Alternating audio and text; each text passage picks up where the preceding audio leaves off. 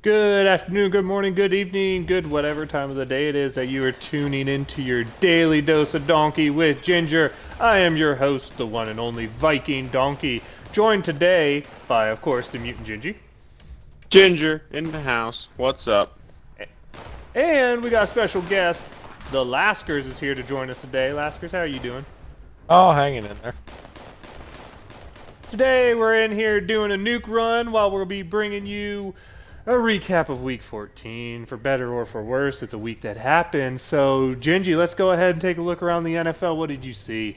Dropping bombs in Fallout, just like the Ravens dropping a bomb on the Browns this week. That might have been one of the best games of the year. Obviously, as Steelers fans, I would root for the failure of both these teams. However, at the end of the day, I enjoy the team that won, and I enjoyed the look of the football game.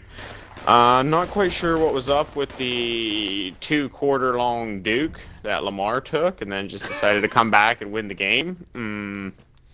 Don't know. Like to hear a long-term prognosis on that Duke, because it seemed pretty serious at the time. He was just making sure he got all the Browns out of his system so he could come out and clutch the game, and give the Steelers a chance to win the division this week. But, Hey, caps off to Baker. Way to score that touchdown. Your defense let you down afterwards. Caps off to Lamar just coming out there. Looks like they might be in trouble. McSwirly, I know that's not how you say his name, but McSwirly gets hurt. You're like, oh no. And then here comes Lamar like, hey, I got this. Don't worry. Like, you're Baker Mayfield. You see him coming out of the tunnel, you gotta be like, you gotta be shitting me, right? Yeah. Turned out all right. Definitely gave the Steelers an advantage that they desperately needed after a second week of a poor performance in a row, but we'll have plenty of time to get to that. Oh, yeah. I saw the Chiefs and Patty Mahomes have his worst game I've seen in such a long time, and they still put up 33 points. Are you serious with that team right now? Dolphins gave them a run for their money, but again, like you said, what's indicative of good teams is their ability to win when they don't play their best football, and Kansas City clearly has some of that ability, because that was not their best football, and they still come away with a win against a potential playoff team in the AFC. Yeah. We saw that Seattle didn't want to lose 2 weeks in a row to not very good New York teams. To be fair, no one's probably going to lose to that Jets team, but I just thought that was a fun one out there. I think they put up 40. I was going to say, I think the Seahawks scored more points in that game than the Steelers have the last two.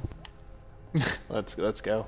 Hey, Laskers, your take on this one. Philly goes out there, starts a backup at Jalen Hurts. Well, I guess he might be the starter now over big money Carson Wentz, but they go out and beat the 1 seed in New Orleans, albeit New Orleans doesn't have Drew Brees, but still, that's a pretty good win to put in there. Yeah, it definitely is. I think that they played really good against that team. Saints aren't at full strength. They don't look like it. Is there a dominant team? Is there a dominant team in the NFC? Is there? Does one exist? Yes, I think they do. Packers? And that would be. Is that where we're gonna go? That'd be probably Aaron Rodgers having an MVP-like season out there. I know he's probably not going to take it. Yeah, I mean, he's trying to prove that he's worth the money and that they made a mistake drafting the quarterback. Obviously, you make a mistake drafting a quarterback anytime you have Aaron Rodgers on your roster. Like, wasting a first-round pick on a backup is... yeah, let's go. Good job, Green Bay. Right, you got your card yet, Gingy? I have it. We're making it right now. Let's go. All right. Anybody see anything else that was of interest in Week 14 outside of the Steelers game? Let me check here. Another potential opponent down the road in the AFC, the Colts put up 40 plus versus the Raiders. I don't even know what are the Raiders exactly. You see a different football team on a week-to-week basis. They're inconsistent because they have a quarterback who's super inconsistent and a running game that's super inconsistent, Josh Jacobs. I mean, they have the potential to be great because all those players can put up great games. The bigger problem is they're still young and making young mistakes, and that defense is Oh boy, suspect at best. Sus. That Very defense, sus. and when you have an inconsistent offense mixed with a bad defense, this is the kind of results you can expect, in my opinion. And it's showing, because 1 week Vegas will look like, oh my God, they're the only team that could beat the Kansas City Chiefs. The next week, they're the only team that almost lost to the New York Jets. Like, that's the Vegas Raiders. Yep. They just wing it every week. On the level of the best team in football, and then on the level as the worst team in football. That's like your 2016 Pittsburgh Steelers right there. Mm-hmm. You never know what you're going to get because the inconsistencies just, woo! And those teams typically finish 9-7 or 7-9. Yeah, very, very true. Actually, should we get into it now, or? Yeah, donkey, let's get into it. What do we got? Tell me something. Pittsburgh Steelers in the playoffs. Step 1, complete. Pittsburgh Steelers, chance to win the division this week. Step 2, almost complete. Pittsburgh Steelers got embarrassed by the Buffalo Bills. Embarrassed is a strong word. They literally had another team just impose their will on them for the most important half of a football game. The most important half. There's two. Yeah, but if you don't play a second half, especially when you're already losing going into the second half, bro. We're going to get in this really shiny Nuka-Cola power armor to talk about this because I need some protection because I don't feel safe. Yeah, I don't feel safe either. we had them where we wanted them, and we let them off the hook. All right, we are Okay, here's my mindset. We are cruising into the second quarter. I've already seen some shaky stuff. We're seeing Minka just trying to shoulder tackle again and letting people bounce off him. Rolling into that second half, we just come up with a big interception. Got some points. Put the ball in the end zone. Juju Smith on a short yard gain there for the touchdown. 7-0 Steelers, momentum. And here we are. For sure. In the exact place that we want to be, with Ben Roethlisberger driving the ball to end the half. This is what he does. This is why he's still useful. Yeah, that 2-minute offense can still be strong, and the other team gains momentum off of that positioning, and that can never happen. Ben Roethlisberger's pick 6 at the end of the second half, which there are some other things that I can get into with that in terms of the second half or the end of first half football for the Steelers looking really ripe. Can't happen, donkey. It can't happen. It can't. Ben's more likely to lose you a game than win you a game at this point of his career. It just seems that way. People can disagree, but I look at it this year. I know 2 games where I feel Ben lost the game, and I know 0 games where I feel like Ben is the sole reason why we won. Like, the Ben Roethlisberger, he's never really been a quarterback to put a team on his back and just carry them through a season. Like, he has games. Don't get me wrong. He's a great quarterback because he has games like that. But you never feel like you want Ben having the ball to end the game. You and me are Steelers fans, and we talked about this earlier. Even when we were good, did you want Ben to have the ball, or did you want our defense on the field? Outside of the 2016 through maybe 2015 through 2017 span, it was the defense, right? Yeah, I was gonna say during that Killer B era, before we knew exactly how dysfunctional everything was for sure. Yeah, I'll take Bell and Brown and Ben, but presently. But even those teams underperformed, Gingy. Tell me, did any of those teams reach potential they had? No. Any single one of them during those years. So, is Ben a quarterback that can carry a team? No, he has never been the quarterback to carry a team. But we built this team for Ben to carry the team. Why? We tried to build a team that had some level of balance to it, but accentuated our strengths. In which what classic Steeler football looks like. That's run the ball, play action, time of possession, and watch that defense smash them when it counts. That's prototypical Steeler football. Mm-hmm. 100%. We have coaching and personnel that has evolved into something different. At this point in Ben's career, I think they make too many sacrifices to be able to protect him. which is understandable. I don't want him taking, 100 shots a season. Or, I mean, that's unrealistic. I don't want him taking 50 shots a season. True. I mean, if you want to keep him healthy, you got to keep him not hit, right? But there are too many sacrifices being made. We don't run play action. We run nothing but shotgun, 4 wide, or shotgun bunch.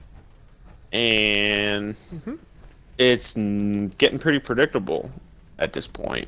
But granted, this isn't going to all be about the Steelers' failure over the and again, I'm not calling the season by any means a failure. We started 11-0, not a ton of problems there. That's when that defense was an A+ defense. We're getting out of that A+ category, or at least for the last 2 weeks. It's hard to stay at A+ when you lose an A+ player like Bud Dupree. You lose an A+ player like Devin Bush. Those are 2 freakish athletes who let this defense do things that no other defense can do. When you lose them, we become a good defense. But we need to be an elite defense to be a Super Bowl team with this current roster buildup. Because we took a quarterback like Ben Roethlisberger, who's his whole career, he's never been really good at pre-snap reads. He's never been an accurate short passer. He's been an improv quarterback who makes really good backyard plays. And this year's Steelers team, we don't let him improv and we don't let him make backyard plays. So if you're taking away the strength of a quarterback because you want to protect him, and you build a team that is built to not play to the strength of a quarterback, which is the play action, running the ball, let Ben be Ben on backyard plays after we start running the ball, that defense has to be elite. That defense has to be Peyton Manning, Denver Bronco level good, right? Yes, well, I don't. You lose two of the biggest playmakers on that defense. I don't care who your backups are. And Spillane has played a hell of a job. Highsmith has played pretty good when he steps in there. But you just lose something. And you can't afford to lose something when your offense is as average as any offense in the past decade. Like, I got some stats for you that's really, really fun. What do you think our offense should be averaging point-wise if they didn't get turnovers per game? Let's just give a number of an offense where you think is a standard they need to be at least here if they get no points from turnovers. They need to be at least scoring this a game to win. What would you say? 27. How about you, Laskers? 35. 35. Laskers wants the Chiefs offense. I fucking love it. Okay, so my number has always been 24. I think you need to make 3 touchdowns and a field goal without turnovers to be a Super Bowl caliber team. Do you know what this Pittsburgh Steelers offense averages when you take turnovers out of the offense? 14. 19 points a game. But it gets worse. Let's add on downs turnovers into that too. We're down to 18 points a game. We add points off missed field goals. We're down to 17.5 points a game. Do you know how many points a game we averaged, excluding turnovers, with the Duck Hodges Mason Rudolph experiment? Ooh.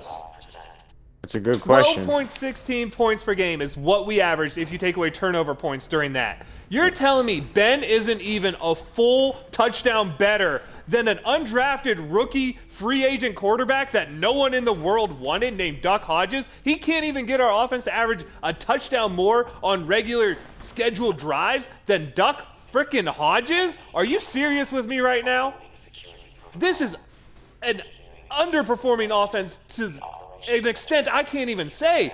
And it sucks because this is 2 straight years we are going to waste a Super Bowl caliber defense if something doesn't change. Could it change? Yes. Do I hope it changes? Yes. Are we still where we need to be? Hell yeah, we're still where we need to be.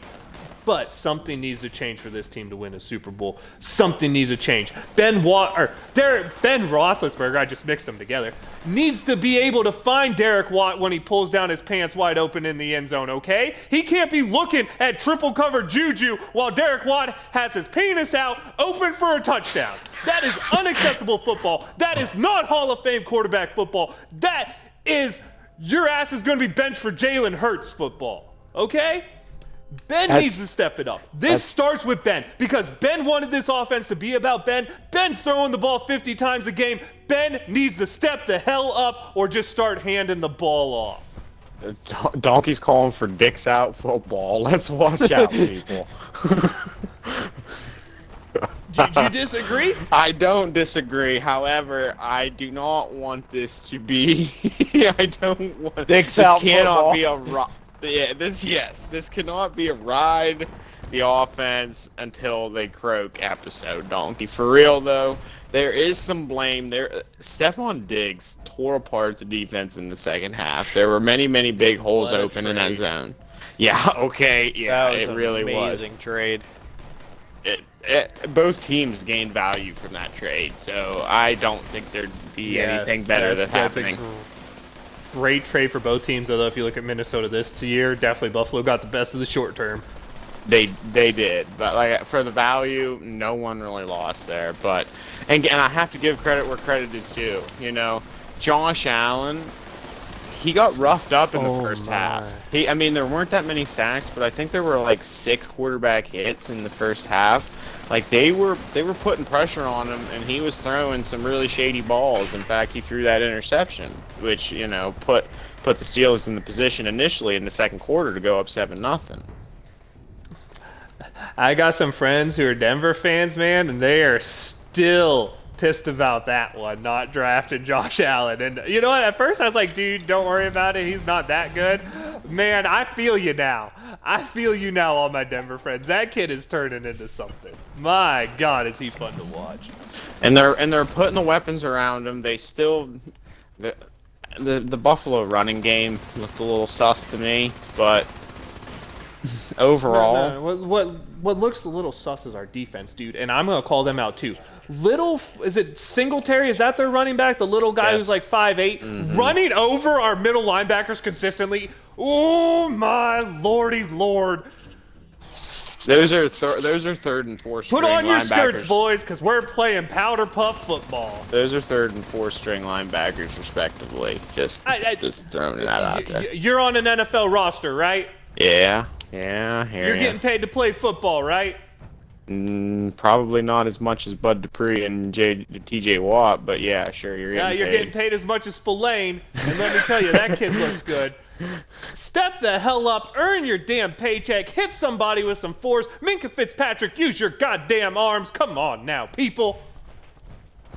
Yeah, he tackles like he's in high school, and we've seen that consistently since he's joined the roster. It's just one of the areas in which I think a young player like him can improve. Yes, I said young player. He seems like a vet. We traded a first-round pick for him, but 24, second or third year? Yeah, third year The second was Steelers, third year overall, but yeah, young player, and you can show. There are still some players on that defense that are playing lights out. Like Cam Hayward is a freaking monster. He is, dude. I love Cam. It's unfortunate. You can see that he doesn't quite have the same push he had earlier in the year. I mean, those little nagging injuries are starting to catch up to a lot of those guys because they're playing too many snaps. And it's not necessarily snaps per game. It's that they play like 30 consecutive snaps in a quarter. Like the Steelers will go through quarters where we hold the ball for 1:30. I mean, I know we're averaging over 30 minutes of time possession, but there's a difference between a defense being on the field for 32 minutes and the defense being on the field for 13 minutes straight. Like, that's the big problem is we can't sustain things consistently, so we'll be dominating a quarter, but then we leave our defense out there for 2 straight quarters and expect them not to break down, not to get hurt, and the wear and tear is starting to really show out there. And there's wear and tear on our offensive linemen, which that's just because they're soft and can't get any push. I mean, Pouncey out here trying to say, I'm tough, say it to my face, Burger McFarland. Bro, you get pushed 8 yards off the football and then get flipped on your back. You need to man up a little bit there, Pouncey. And you need to learn to take a little bit of criticism, because the first way you're going to fix the fact that you're soft is admitting you're soft and figuring out how to step it up. This little choppy foot bullshit y'all are doing clearly isn't working in the running game. Plant your damn feet, generate some damn push, and let's get back to running the football. Yeah, I mean, you can really tell if you watched the Monday night game with Baltimore and Cleveland. Both of those teams generate exceptional push. Like, you watch that game and you see linemen jacking up linebackers 5 yards past the line of scrimmage. It's not something you're seeing all the time in Steeler land right now when Ben's letting that ball rip between 2.1 and 2.4 seconds on a consistent basis.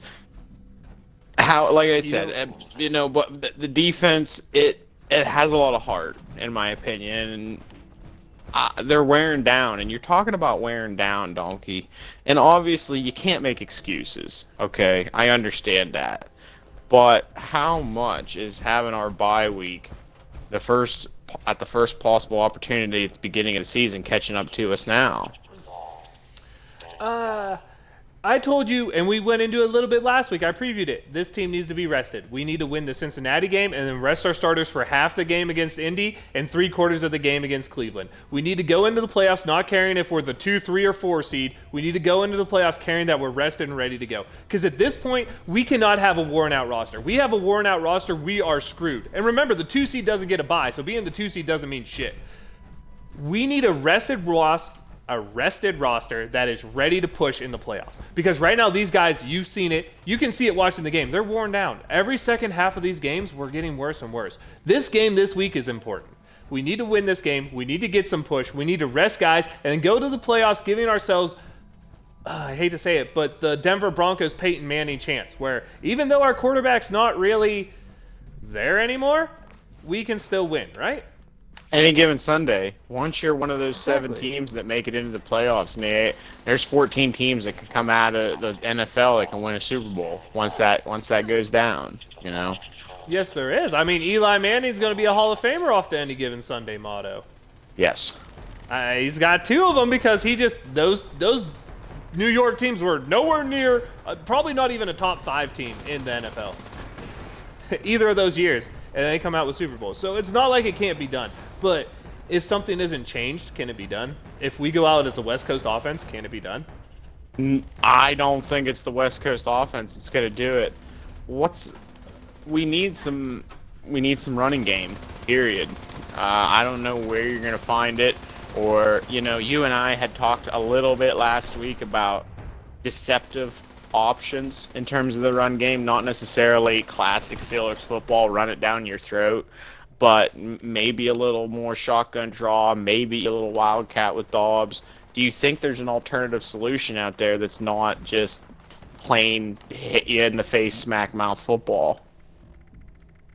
Yes, and it's those solutions, but if I have learned anything about Randy Fichtner, it's that he's more predictable and not near the game planner Todd Haley was. And the problem, we got rid of Haley because he was predictable and his game plans weren't good enough, and then we hire someone who's worse than that because that someone appeased Ben.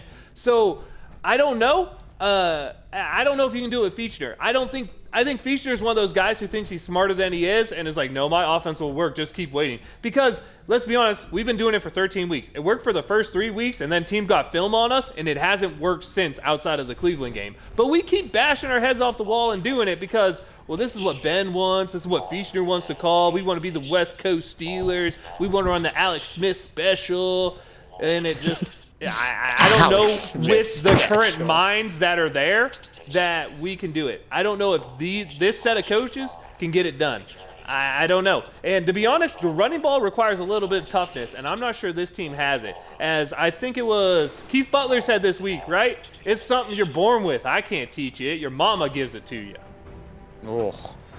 Oh, you better not say that, Donkey. Pouncey's going to come to your house. Yeah, he comes to my house, I'm going to make a lot of money.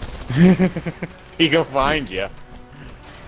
Good, because he's soft. He's been soft his whole career. I don't know why a guy who's always been known about his athleticism, not his physicality, is out here talking like he's been a physical player his whole career. Anyone who knows what you were good at knows you were good at being athletic, getting out in front, blocking like a fullback, not for generating push on a 300-pounder. You've never done that in your career, bro. You've never been the type that straight up pushes. The bigger problem right now is you and Filer, who's on the IR now, couldn't even get a guy pushed a yard back when you double team block him. Like, DeCastro has to block your guy 2 yards in the backfield when he's pulling because you 2 bums can't push him. Yeah, and, this is becoming consistent. You and I were talking about it before the podcast. We were talking about the things that you have said previously rearing their face and coming true as the Steelers get worn down later in the season, and I don't disagree with you. However, like I said, I believe that it is recoverable and that there is a way to continue to be successful moving forward, but it's not going to be with the type of play that we saw the last 2 weeks. No, definitely not. Oscars, what do you see from this game? What do you see from this team? You got a different perspective than us. I'm worried. That's my perspective. Yeah. That's a fair one. I was gonna say Nothing wrong with being worried. I mean, that's well supported by the evidence. Yep. But also, this team does have 11 wins. There's something to be said about that. This team is clearly better run by Ben Roethlisberger than Duck Hodges. Yeah, and this team is still in a position. This team is still in a position in Week 14 to clinch the AFC North. That's what I'm saying. This is Week 15. Going into Week 15. Yes, Week 15. Excuse me. We can clinch a playoff spot and rest our starters and get to a spot that we're better at. I mean, for all the bad things that are happening, we're still in a good spot. Let's take that. Let's be happy about that. But we're coming into Cincinnati led by, is it Brian Allen? Something Allen? Like 20th string quarterback? Like, what do you even... How'd you lose this game? I'm not worried about how we win. I'm worried about how could we lose. Because there has to be some formula where Cincy could beat us. What is the formula for Cincy to beat Pittsburgh? Because obviously the formula for Pittsburgh is show up and actually play mediocre football, because that's better than this team currently that you're facing.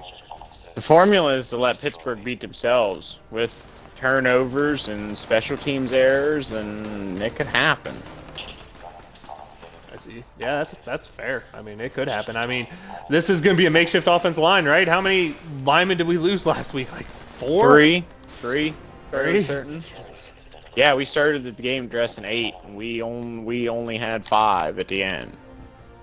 Ugh, that's hard, but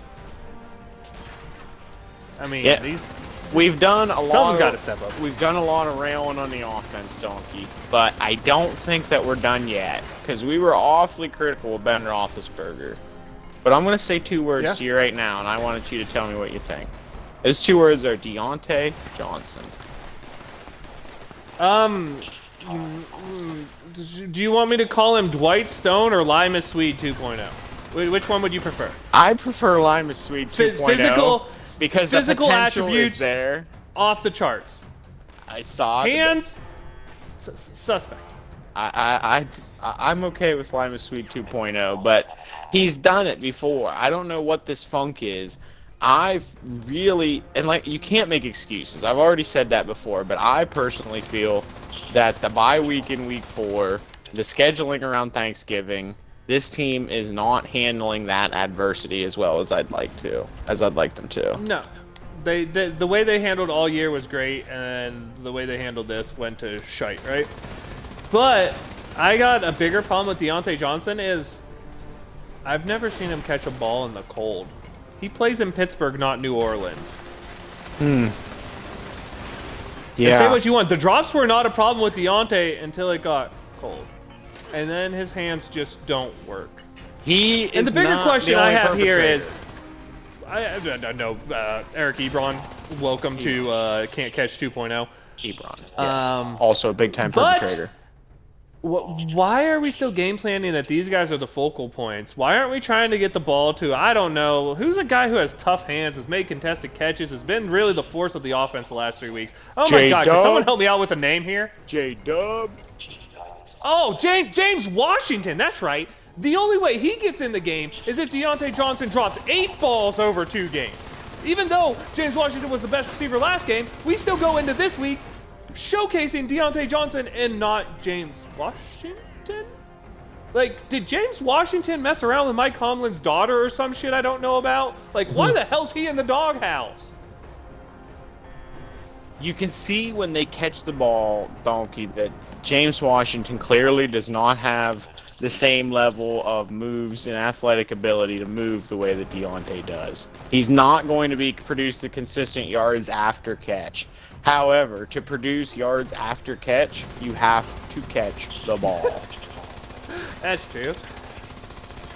But then again, Diontae Johnson doesn't have the moves to get open James Washington does on the deep threats. Like, James Washington's a better deep threat player than Diontae. And at this point, maybe we should start playing those guys and making Ben have to throw the ball deep instead of throwing the ball for 2 yards, what he's terrible at.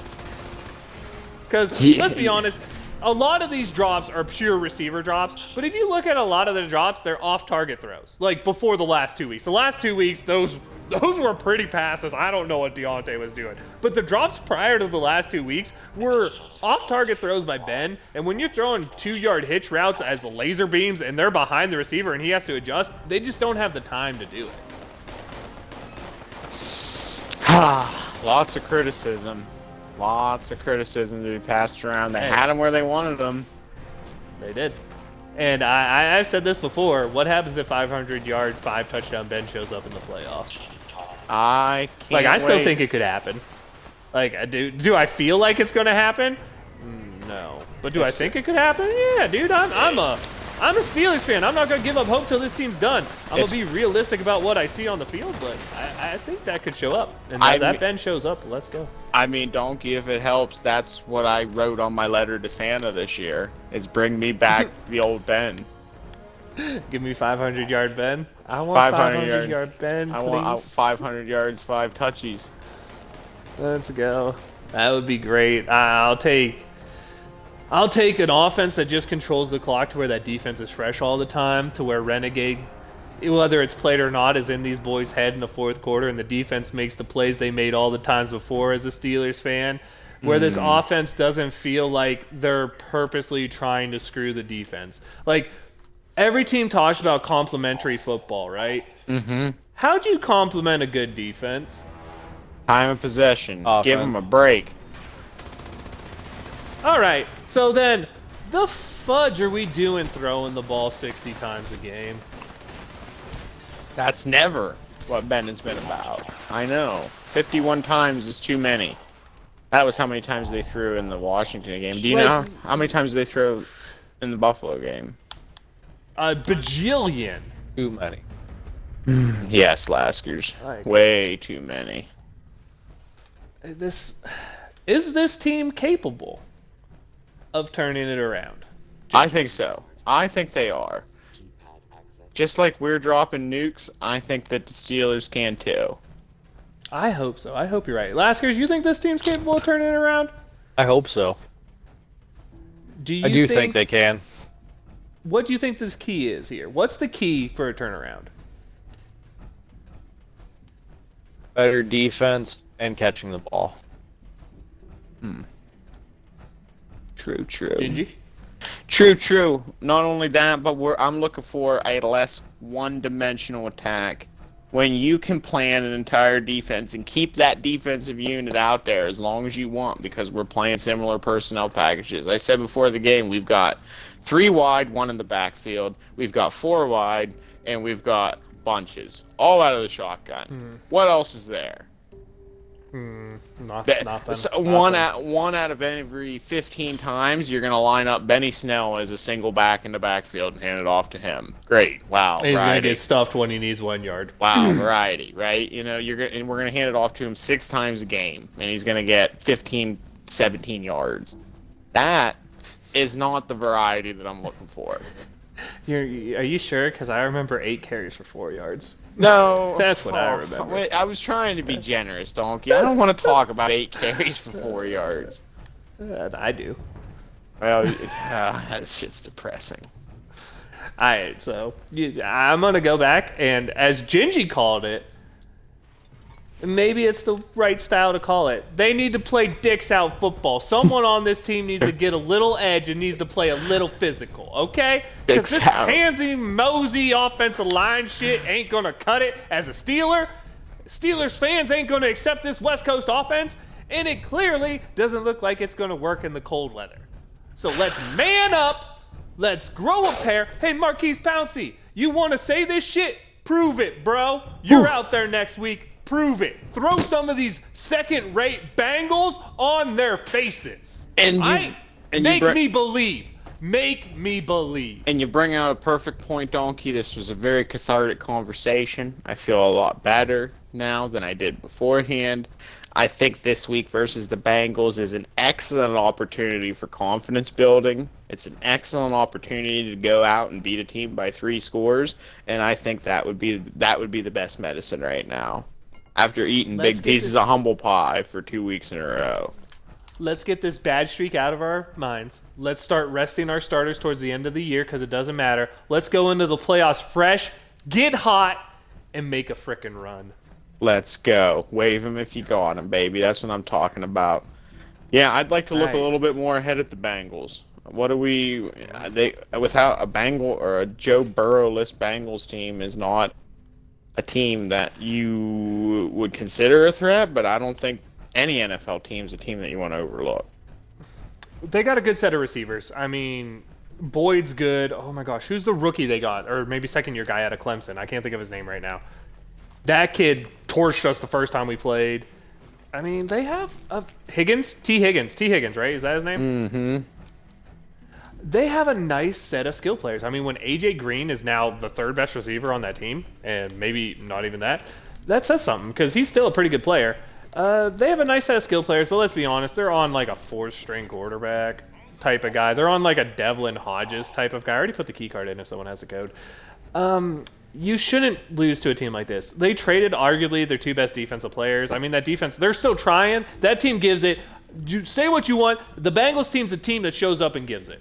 So you can't overlook them. You have to play them. But at the end of the day, most of their players are backup caliber players. They're just not there yet. They're a team rebuilding, right? So it's not a team you should lose to because most of their players aren't there yet.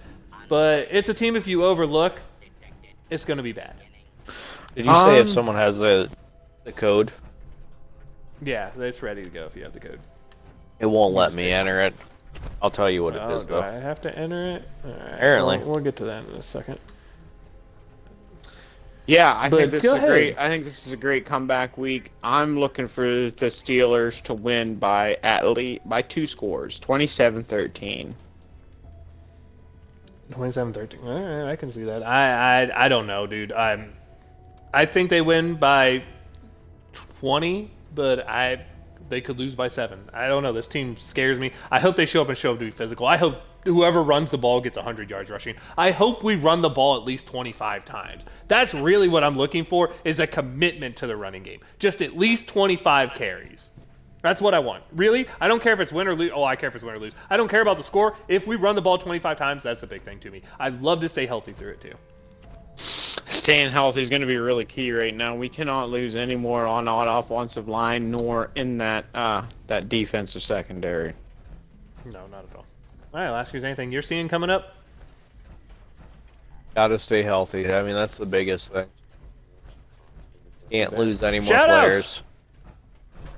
Laskers, hit us with your shout-outs if you got any. I don't have any. Yeah, that's fair. Gigi? Yo, I'm shooting out our guest here. I'm shouting out our guest here today, Laskers, man. Thanks for joining us. Gotta love talking football with friends. That's what this is all about. Playing a little games, talking a little football, waving them if you got them. Here we go, Steelers. My shout-out is to horrible 2-game stretch, but chance to clinch the division in week fucking 15. Let's go, guys. Give There's me a chance my to We clinch Own the division North in t-shirt. week 15. Give me my, And my We Own the shout-outs. North t-shirt. My shout-out, James Washington. Bro, catch the football, do your thing, man-mode it. I loved what I've seen from you the last 2 weeks while this team's been struggling. You've been out there trying your hardest. You've called out the perception of these guys just maybe not being mentally focused. I love a guy who's willing to call out people when they're not on par. I love a guy who's willing to go out there and show it. So, let's do it. Let's get back on par. Let's get our mindset right. Let's get this division. I'm ready. Gingy. Monday Night Gingy, Football. we're supposed to close me out. Monday Night Football. I'm here, man. We're closing it with the Monday Night Football primetime game. Gotta wait all the way to Monday to watch my Steelers, but you know what? I hope it's well worth the wait this week. Gives me a little extra time to process what I've witnessed over the past couple of weeks and get ready to get back into winning some more football, clinching that North. And then in December, we're getting ready for playoffs. Let's go. Yeah. Tell them all about us, Donkey. Well, here we go. We're going to go 12-2. AFC North champs. Pittsburgh Steelers. Getting ready to rest our players in the last 2 weeks that don't matter and ready for this playoff run. Bingo. Wave them if you got them. Here Wave we 'em go, all. Steelers. Since Counterclockwise, Gingy's leaving me. right hand, counterclockwise. Everybody knows the deal. Wave them if you got them.